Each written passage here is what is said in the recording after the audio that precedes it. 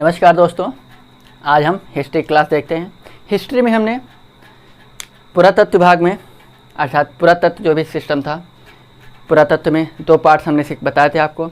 एक था सिक्के यानी कॉइन्स, जिसको न्यूमिस्मेटिक्स बोलते हैं, और वहीं पर दूसरा था अभिलेख अर्थात एडिक्ट। हमने सिक्कों का अध्ययन कर लिया था। सिक्कों हमने 2-3 वंशों के आधार जैसे सिंधु घाटी सभ्यता में बोला गया टेराकोटा के सिक्के, वहीं पर उसके बाद सिंधु घाटी के बाद मौर्य वंश से बोला गया 3 प्रकार के सिक्के थे, पंचमार्क, आहत, पर्ण। ठीक, उसके बाद यूनानी, इन्हें इंडो ग्रीक बोला गया। यूनानियों ने जो सिक्के चलाए थे वो सोने के सिक्के थे, लेकिन उतने शुद्ध सोने के सिक्के नहीं थे। वहीं पर उसके बाद कुषाण आते हैं। कुषाणों ने जो सिक्के चलाए थे वो शुद्ध सोने के सिक्के थे। कुषाणों के सामंत थे गुप्तों ने चलाए सोने के सिक्के, चांदी के सिक्के, उनमें से कई सारे। तो गुप्तों ने गुप्त क्वेश्चन बनता सबसे ज़्यादा सोने के सिक्के किस काल में चले, तो गुप्त काल में सबसे ज़्यादा सोने के सिक्के चले, लेकिन वो शुद्ध सोने के सिक्के नहीं थे। ये चीज़ आपको ध्यान रखना है। बात जब शुद्ध को सोने के सिक्के की आई तो आपको कुषाण पे टिक करना है, ना कि गुप्त। लेकिन जब बात आए सबसे ज़्यादा सिक्के कहाँ चले सोने के सबसे ज़्यादा, तो गुप्त काल में। वहीं पर फिर जैसे क्वेश्चन बनता है कि अशुद्ध सोने के सिक्के किसने चलाए, तो अशुद्ध सिक्का जो था वो सोने का था, वो अस्कंदगुप्त ने चलाए थे। आसे अस्कंदगुप्त ने सोने के सिक्के चलाए थे। वहीं पर चंद्रगुप्त द्वितीय ने शुद्ध चांदी के सिक्के चलाए थे। किस चीज़ के? शुद्ध चांदी के सिक्के। वहीं पर समुद्रगुप्त ने जो सिक्के चलाए थे वो सिक्के थे मयूर शैलिक सिक्के। मयूर शैलिक सिक्के समुद्रगुप्त ने चलाए थे, और समुद्रगुप्त को ही लिच्छवी दौहित्र बोला गया, अर्थात दौहित्र यानी नाती होता है, वो अपने ननिहाल में रहता था। ठीक, और गुप्त काल में कौड़ी की भी चली थी। तो कौड़ी किसने चलाया था स्पेशली इसकी जानकारी नहीं मिलती, लेकिन ये बताया जाता है कि कौड़ी का सामान का आदान प्रदान करने के लिए कौड़ी का इस्तेमाल किया जाता था।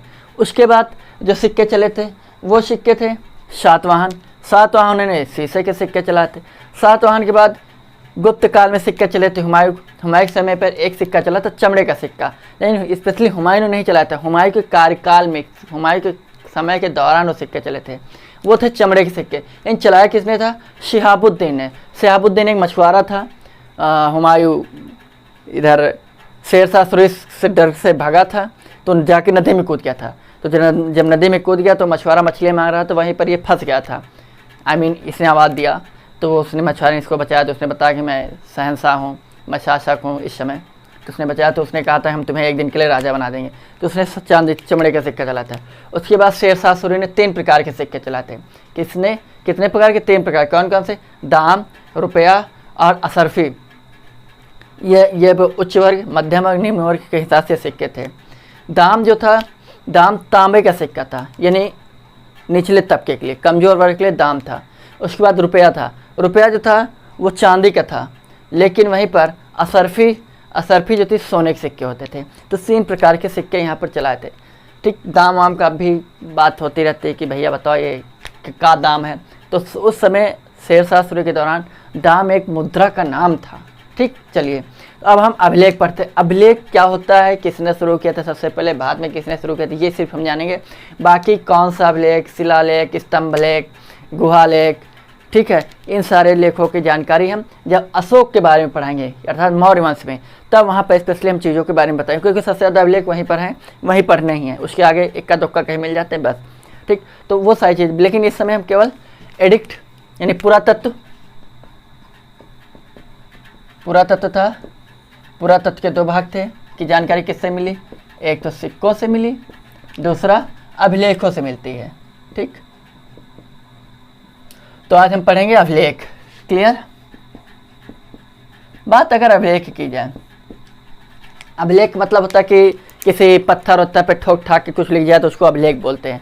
वही अभिलेख पत्थर पे लिख गया तो शिलालेख, वही खंभे पे लिख गया तो क्या स्तंभलेख, स्तंभ पे लिख दिया गया, वही दीवार पे लिख दिया गया तो भित्तिलेख। ठीक, वही गुफा में ठोक ठाक लिख दिया गया तो क्या हो गया?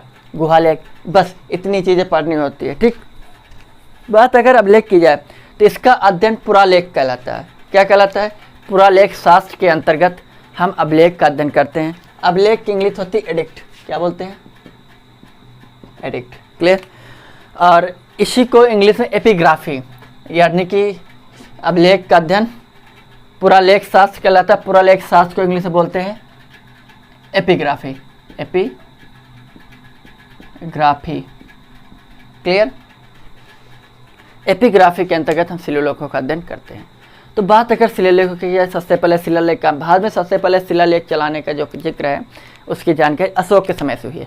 अर्थात अशोक ने सबसे पहले भारत में शिलालेखों का शुरुआत की थी। लेकिन वहीं पर दुनिया में सबसे पहले कहाँ चले, या अशोक ने किसी से नकल की है, ठीक है। तो ये सारी चीज़ें, तो बात अगर की जाए तो विश्व में सबसे पहले अभिलेखों की शुरुआत ईरान के एक शासक था डेरियस। ये ईरानी शासक था। तो इसने सबसे पहले अभिलेख लिखवाया था, यानी पत्थरों पे ठोक ठाक के हथौड़ी से लिखवाया था। तो डेरियस कहाँ था, ईरान का था। तो विश्व का सबसे पहले अभिलेख इसने से, इसको यह बोल देते हैं विश्व का अभिलेखों का जनक बोल सकते हैं। सिंपल चीज़ है, क्योंकि इसके टाइम पर अभिलेखों की शुरुआत होती है। ठीक, आगे जबकि वहीं पर भारत में अभिलेखों की शुरुआत की अगर बात की जाए तो सबसे पहले अशोक ने की थी। लेकिन अशोक ने इसी डेरियस की अभिलेखों की नकल की थी। ठीक, किसकी नकल की थी, डेरियस के अभिलेखों की नकल की थी अशोक ने। भारत में सबसे पहले अभिलेख किसने चलाए, अशोक ने। लेकिन विश्व पे डेरियस कहाँ का शासक था, ईरान का शासक था। तो मतलब अभिलेख का अर्थ ये होता है कि अपने समय में अपनी अच्छाइयाँ ही लोग प्रचार करते हैं। बुरे आप कितने भी हो, अपनी बुराइयों का प्रचार नहीं करेंगे। कोई भी शासक रहा हो, उसने अपनी बुराइयाँ नहीं लिखी हैं कहीं पर भी। तो अशोक के समय पर जो भी अशोक के समय की सबसे अच्छी बातें थी, वो सारी चीज़ें अशोक ने पत्थरों पे ठोक ठाक के लिखवा दिया। खंभों में लिखवा दिया तो पिला लेख हो गया इंग्लिश में, स्तंभ लेख। गुफा में लिख गया तो गुहा लेख हो गया। दीवारों पे लिख गया तो भित्ति लेख बोल दिया। ठीक, ये सारी चीज़ें। तो इतनी ही जानकारी हम यहाँ पर देंगे। इसके आगे हम विदेशी यात्रियों के बारे में बात करते हैं। बात अगर की जाए विदेशी यात्रियों की, तो विदेशी यात्री यानी कि हमने आपको बताया था कि ऐतिहासिक काल हम पढ़ रहे हैं। ऐतिहासिक काल को हमने 3 कालखंडों में बांटा था। पुरातत्व स्रोत के दोनों भाग हो गए। सिक्के और अभिलेख से जानकारी मिलती है इतिहास की। पुरातत्व के हिसाब से सिक्के और अभिलेख का अध्ययन एपिग्राफी कहलाता है। सिक्कों का न्यूमिस्मेटिक्स कहलाता है। ठीक, क्या कहलाता है, न्यूमिस्मेटिक्स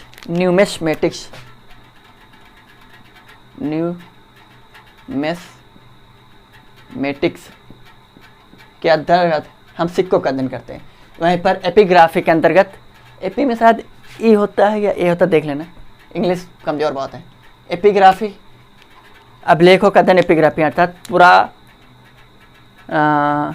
पुरालेख शास्त्र। ठीक, पुरालेख शास्त्र हिंदी बोलते हैं, लेकिन हिंदी नहीं पूछता, इंग्लिश ही पूछता है। क्या निम्नलिखित में से शिलालेखों का अध्ययन क्या कहलाता है, एपिग्राफी।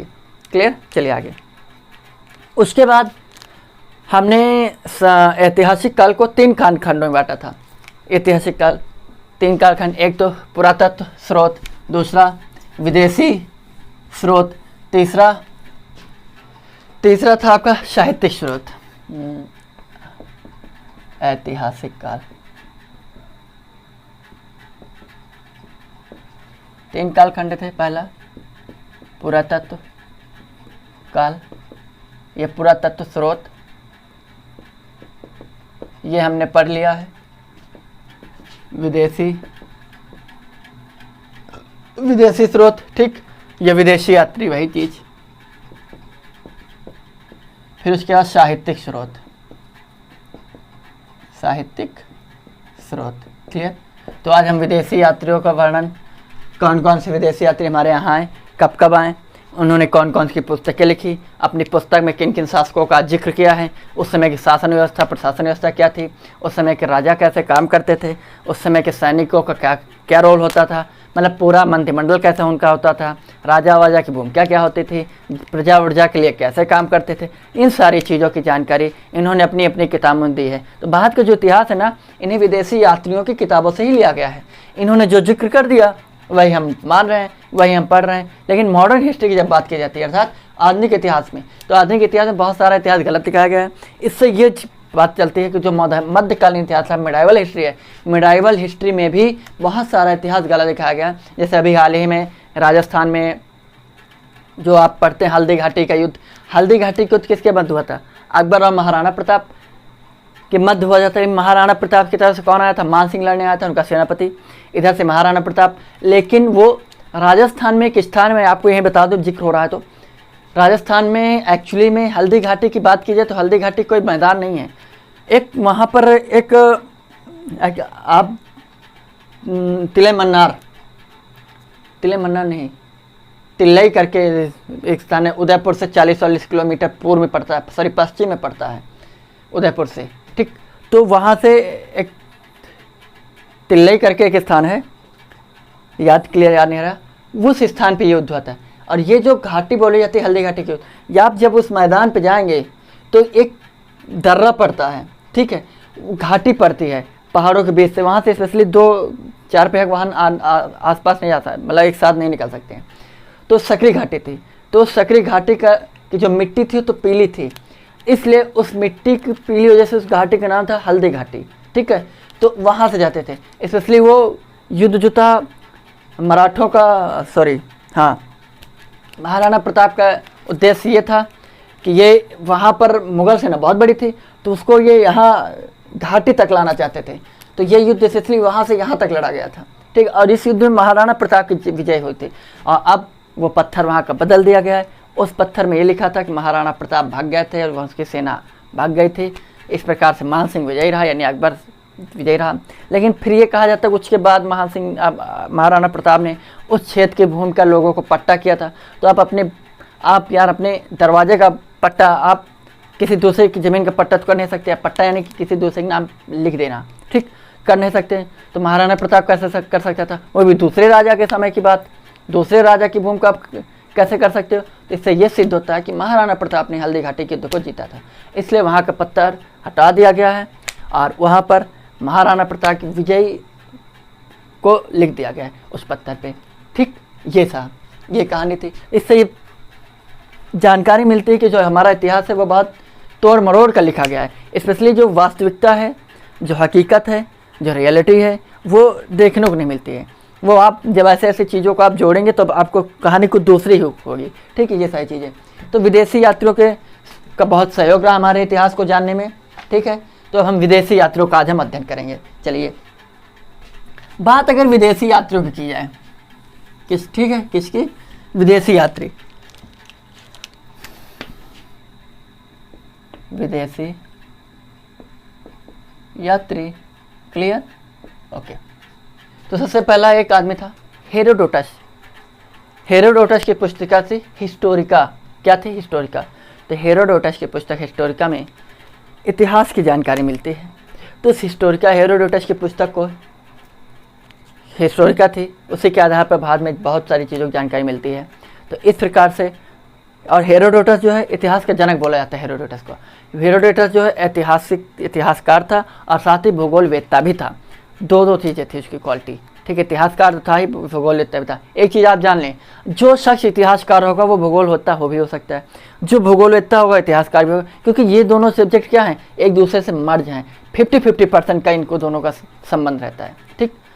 मतलब आप इतिहास पढ़ रहे हैं तो कोई स्थान से घाटी सभ्यता आ गया, हड़प्पा सभ्यता आ गया, धौलावीरा आ गया, तो क्या है वो स्थान कहाँ, ज़मीन पर ही तो है। ज़मीन क्या है? भूगोल तो है। तो भूगोल का अध्ययन नहीं करेंगे तो आप कैसे उन स्थानों का अध्ययन कर पाएंगे, ठीक है। इसलिए ज्योग्राफी, इतिहास और भूगोल एक दूसरे पे मर्ज हैं, क्लियर।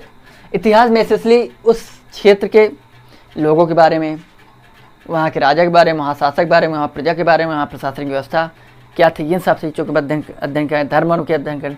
बल्कि भूगोल में उस क्षेत्र की भूमि क्या थी, जलवायु क्या थी, मानसून क्या था, इन सब चीज़ों का अध्ययन करते, बस फर्क इतना ही है, क्लियर। आगे तो विदेशी यात्रियों में जो सबसे पहले हम पढ़ेंगे हेरोडोटस।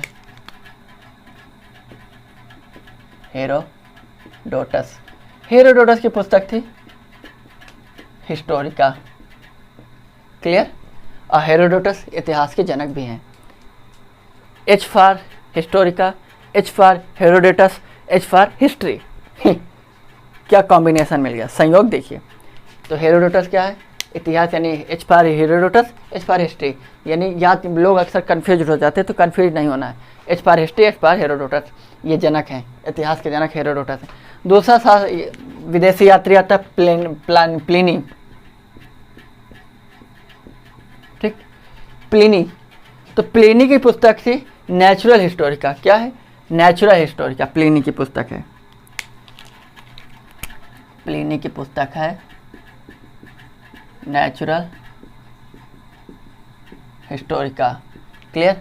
नेचुरल हिस्टोरिका प्लिनी की पुस्तक है। नेचुरल हिस्टोरिका में भारत और रोम के बीच के जो संबंध हैं उनके बारे में, भारत और रोम के बीच में जो व्यापारिक संबंध हैं उनके बारे में विधिवत जानकारी प्लिनी की पुस्तक में मिलती है।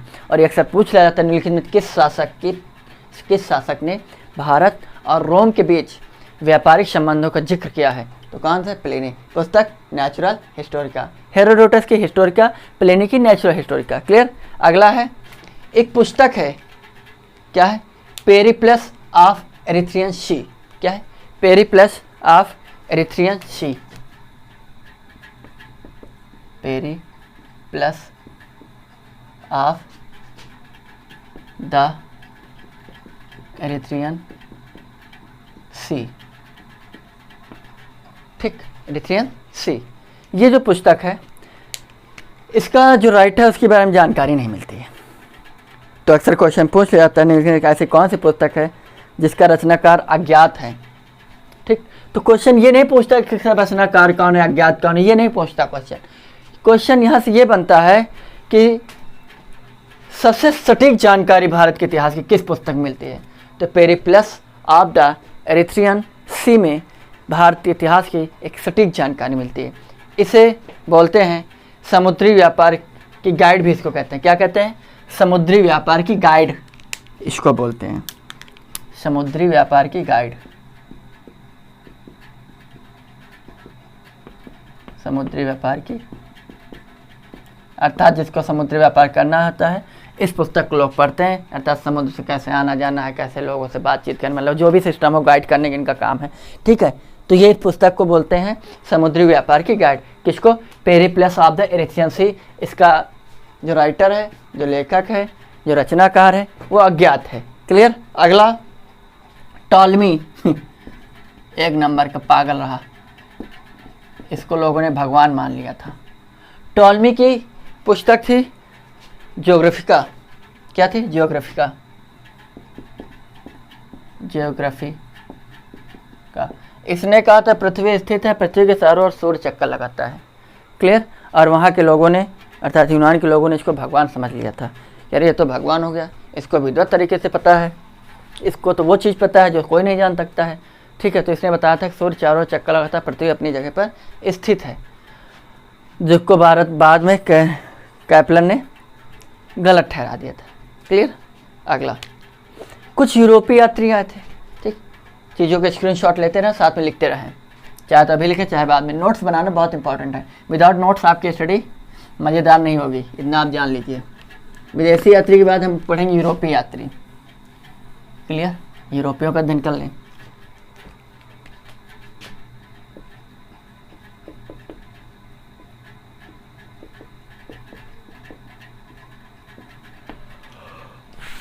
यूरोपीय यात्रियों की अगर हम बात करें तो इसमें एक थे मार्को पोलो। मार्को पोलो का नाम सुना ही होगा।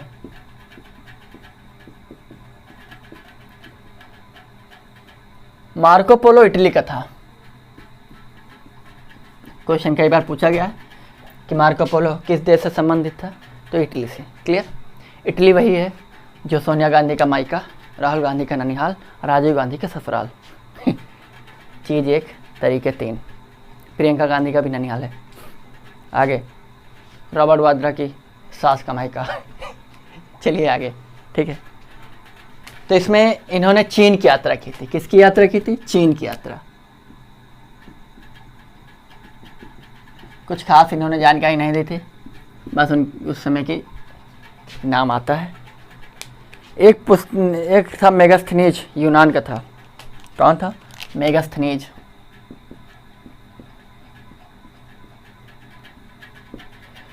मेगास्थनीज बहुत फेमस था भैया। ये भारत सेल्यूकस निकेटस के साथ आया था। सेल्यूकस निकेटस के साथ आया था। इसकी पुस्तक थी इंडिका। अक्सर पूछी जाती है, बहुत पूछी जाती है, इसलिए आपको पता होना चाहिए इंडिका पुस्तिका किसकी है, तो मेगास्थनीज की है। भारत के समय के शासन प्रशासन की विधिवत जानकारी इंडिका में मिलती है। मेगास्थनीज की पुस्तक इंडिका में भारत की शासन प्रशासन की विधिवत जानकारी इंडिका मिलती है, और ये क्वेश्चन अक्सर पूछा जा चुका है। ठीक, अगला। और लेकिन क्वेश्चन ये पूछाता है कि मेगास्थनीज जो था वो किसके समय पर आया था, तो चंद्रगुप्त द्वितीय के समय पर आया था, और इसने चंद्रगुप्त मौर्य के समय पर आया था मेगास्थनीज। सिलिकोस निकेटर्स का राजदूत था। ठीक, तो ये जब आया था भारत, तो इसने उस समय के मगध जनपद की विधिवत जो पूरा सिस्टम था, शासन प्रशासन कैसे क्या होता है, इसने बहुत अच्छे तरीके से विधिवत जानकारी इसमें दी है। तो इसलिए मेगास्थनीज की जो पुस्तक है इंडिका, उसमें भारत के शासन प्रशासन की विधिवत जानकारी मिलती है। और कई बार क्वेश्चन पूछा गया 16 महाजनपद के किस जनपद की जानकारी मिलती है, तो मगध जनपद की जानकारी मिलती है। क्लियर, किसकी मिलती है, मगध जनपद की इसमें जानकारी मिलती है। अगले हैं यूरोपीय 2 ही बस, ज़्यादा नहीं, 1 2 3 और हैं, लेकिन जो क्वेश्चन बनते हैं वहीं। चीनी यात्री, चीनी चुंग चांग को पढ़ेंगे अब आज हम। चीनी यात्री चुंग चांग चीनी कभी कॉन्फिडेंट मतलब क्या असली नहीं हो सकता है कब धोखा दे जाए कुछ पता नहीं। अगर काश मेरा मोबाइल चाइनीज होता तब तक धोखा दे गया होता, आपको आधे लेक्चर पहुंचता, आधा पहुंचता नहीं। ठीक ये चाइनीज नहीं, यही मुझे खुशी है। बाद में वैसे भी चाइनीज का बैन है, लेकिन फिर भी बिकता है। बैन होने के बावजूद भी पता नहीं कौन सी गवर्नमेंट चल रही इस समय कि बैन भी करती है, चलाए भी रहती है। चलो, अपनी अपनी गवर्नमेंट है। चीनी यात्री पहला फाहियान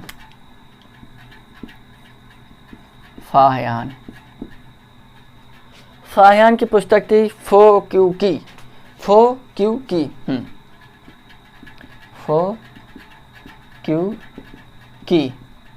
फाहियान की पुस्तक क्या थी, फो क्यू की। ये चंद्रगुप्त द्वितीय के दरबार में आया था। चंद्रगुप्त द्वितीय, जिसने चांदी के शुद्ध सोने के सिक्के चलाए थे गुप्त वंश में। चंद्रगुप्त द्वितीय, क्लियर। हाँ, चंद्रगुप्त द्वितीय ने ही अपनी भाभी से शादी कर ली थी। वाह, अच्छा एक चीज़ आपने देखा, प्राचीन का भारत का पढ़ो या मध्यकालीन भारत पढ़ो, आधुनिक भारत में क्या है कि क्रांति हम देश से गुलामी छुड़ाना चाहते, हम स्वतंत्र होना चाहते थे, गुलामी को ख़त्म करना चाहते थे। इन सब चीज़ों में हम पढ़े रहे, यही इतिहास पढ़ते हैं। यहाँ पर शादी विवाह के बारे में नहीं, किसी के बारे में पढ़ना था। लेकिन जैसे मिडाइवल और एंशियंट में हम रहते हैं, तो यहाँ पर ज़्यादातर विवाह का ही पढ़ना पड़ता है। इस राजा ने उस राजा की बेटी को भगा लिया, उस बेटी ने उस राजा को भगा लिया। अरे यार, और हम लोग सोचते लव मैरिज अब चल रही है। लव मैरिज बहुत पहले चले। लव मैरिज का ही नाम है गंधर्व विवाह। गंधर्व विवाह मतलब ऐसा विवाह जिसमें लोग गंधा जाएं गंधर्व विवाह नाम ही जिसका गंधर्व विवाह है। इंग्लिश में बड़े स्टाइल से बोलते लव मैरिज। लव मैरिज कैसी तैसी, समझ गए। गंधर्व विवाह वही विवाह ही गंधर्व होता है जिसमें आपके पेरेंट्स आपके सपोर्ट में ना हो, चाहे वो कोर्ट मैरिज हो, चाहे वो गंधर्व विवाह हो, समझ गए। तो वो सुगंधित विवाह करिए, सुगंधित विवाह, वही विवाह सुगंधित होता है जिसमें आपके पेरेंट्स आपके साथ खड़े हों, समझ गए। स्पेशली गर्ल्स बॉयज दोनों एक जैसे हैं, 50-50 बराबर के पार्टनर होते हैं। सिर्फ लड़का बदनाम होता है, लड़कियों का बड़ा रोल होता है। चलो आगे। फाहियान की पुस्तक फोक्यू की चंद्रगुप्त द्वितीय के दरबार में आया था। ठीक, दूसरा है ह्वेनसांग।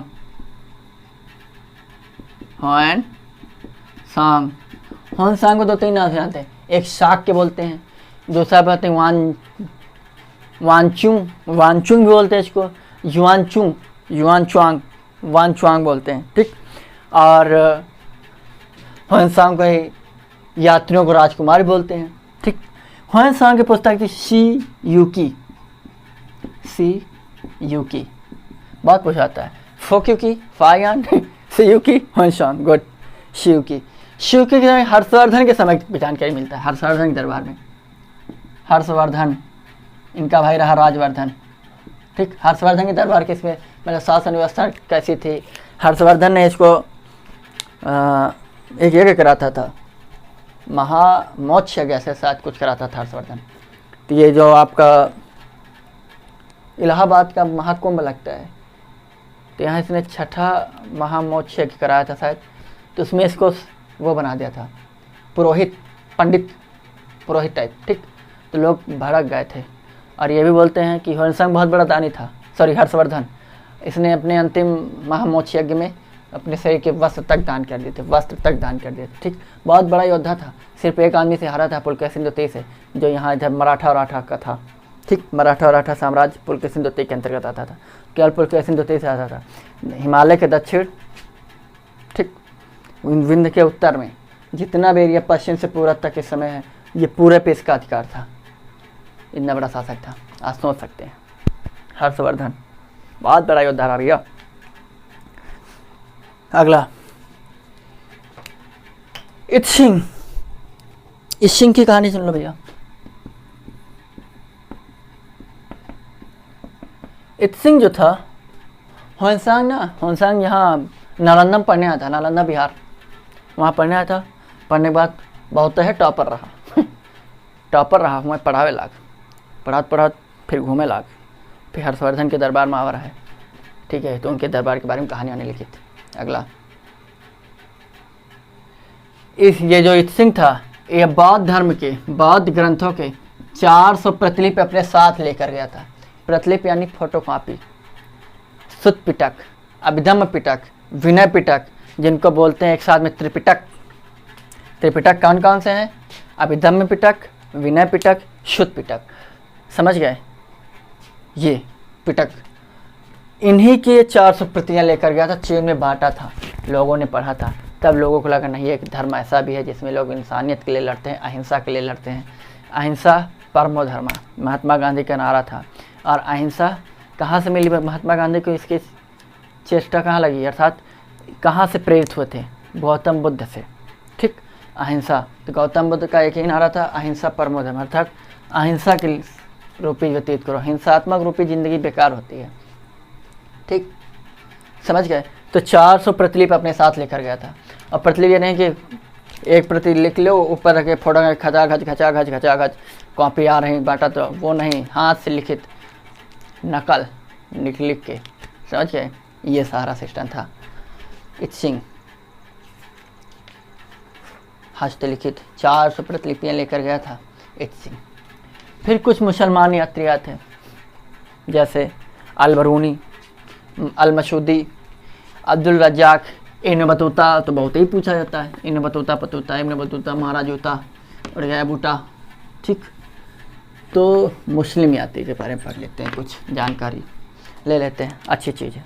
जब पढ़ ही रहे हैं तो काहे छोड़ें, नहीं गुस्सा आ जाएंगे कि धर्म की बात करने लगते हैं, हिंदू मुस्लिम की बात करने लगते हैं।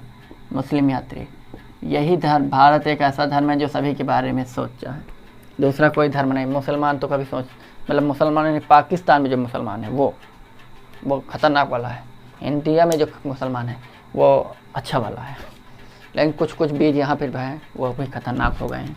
मुस्लिम यात्रियों की बात की जाए तो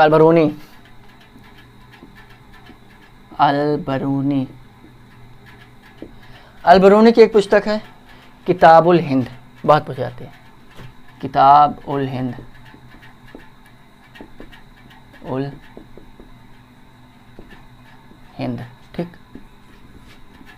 किताबुल हिंद अल-बरूनी की। दूसरा है अल-मसूदी,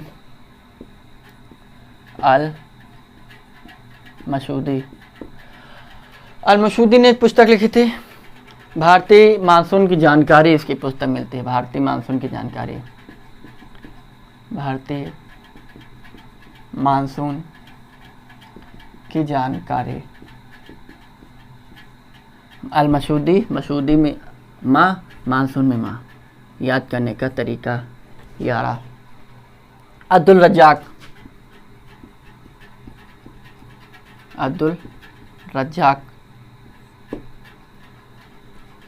पाकिस्तान का कैप्टन था, अब्दुल रज्जाक ही तो था, इंजमामुल हक था, सॉरी। अब्दुल रज्जाक फारस से आया था। ठीक, फारस से आया था। इसकी पुस्तक थी मतलाए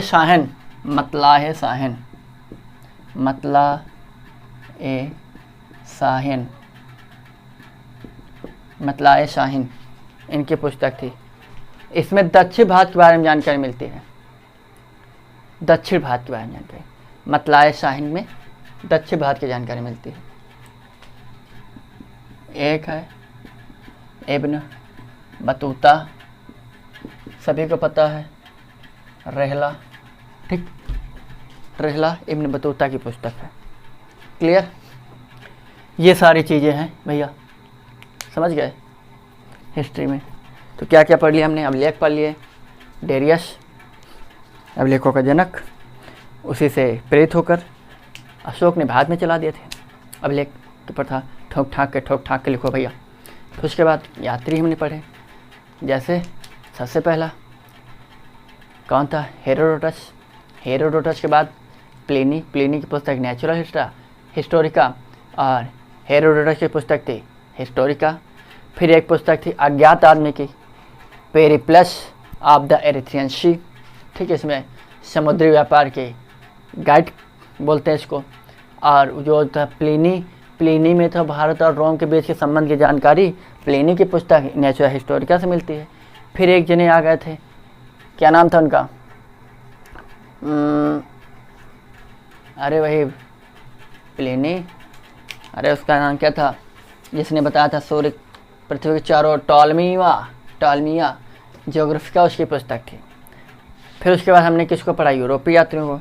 यूरोपीय यात्रियों में मार्को पोलो इटली का था, और वो चीन की यात्रा पर गया था। कई बार पूछा गया मार्को पोलो किसकी यात्रा पर गया था? चीन की यात्रा पर निकला था, ठीक है। और फिर उसके बाद मेगास्थनीज चंद्रगुप्त मौर्य के दरबार में आया था, और किसका सेनापति था वो, किसका दूत था? सिलिकस निकेटस की पुत्री थी वो, जिससे चंद्रगुप्त मौर्य का विवाह हुआ था, ठीक है। और चीनी यात्रियों में फाहियान, फोक्यूकी, होनसांग, शियुकी, इत्सिंग 400 बौद्ध धर्म की 400 प्रतियाँ लेकर गया था यहाँ से। वहाँ प्रचार प्रसार किया, लोगों के बारे में समझाया, लोगों को जागरूक किया कि चुंग चांग चिंग जुंग जुंग करते हो, टूंग टांग टिंग टूंग टूंग करोगे तो कुछ नहीं होगा बेटा, बौद्ध धर्म अपना लो, जीवन हिले रोजी बहाने मौत हो जाएगी। तो वहाँ के लोगों ने फिर उसके लिए भी, जैसे तिब्बत वाला जो एरिया था ये पूरा क्या था? बौद्ध धर्म का अनुयायी था पूरा। चीन ने 1959 में ऐसा अधिकार कर लिया है।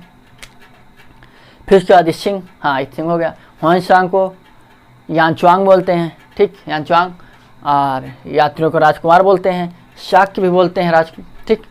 फिर उसके बाद मुस्लिम यात्रियों में अलबरूनी की पुस्तक किताबुल हिंद, फिर अलमसूदी की पुस्तक में भारतीय मानसून की जानकारी मिलती है। फिर उसके बाद अब्दुल रज्जाक की पुस्तक है मतला शाहीन, ठीक, मतला शाहीन में अच्छी बात के बारे में जानकारी मिलती है। वहीं पर इब्न बतूता की पुस्तक रहला, पहले हमारे यहाँ जब हम लोग पढ़ते थे शायद 2-3 में कविता थी, इब्न बतूता मारा जूता, ऐसे एक थी, अब याद नहीं है, इतना याद रहेगा ज़िंदगी भर, ठीक, क्योंकि ये चीज़ें फंस चुकी है मेमोरी में, ये डिलीट नहीं होनी, कितना भी डिलीट हो जाए याददाश्त में चली जाए, ये बकता ही रहूँगा, ठीक, जैसा भगवान करे ना जाए। अगला, फिर इसके बाद हम साहित्यिक स्रोतों से अध्ययन करेंगे। साहित्यिक स्रोतों को 2 भागों में बांटा गया, एक धार्मिक, एक गैर धार्मिक। गैर धार्मिक जैसे जैन धर्म, बौद्ध धर्म, ठीक, ये गैर धार्मिक है। धार्मिक वेद, पुराण, वेदांग, अरण्यक, ये ब्राह्मण ग्रंथ, ये सब चीज़ें पढ़ेंगे, ठीक। तो हम कल से क्या पढ़ेंगे? साहित्यिक स्रोतों के आधार पर। क्लियर? बाकी जो चीज़ें आती रहेंगी आगे हम पढ़ाते रहेंगे। क्लियर? तो हम साहित्यिक स्रोतों का अध्ययन कल से करेंगे। तो आज के लिए इतना ही। आप सभी का बहुत बहुत धन्यवाद। Thank you. जय हिंद, जय भारत।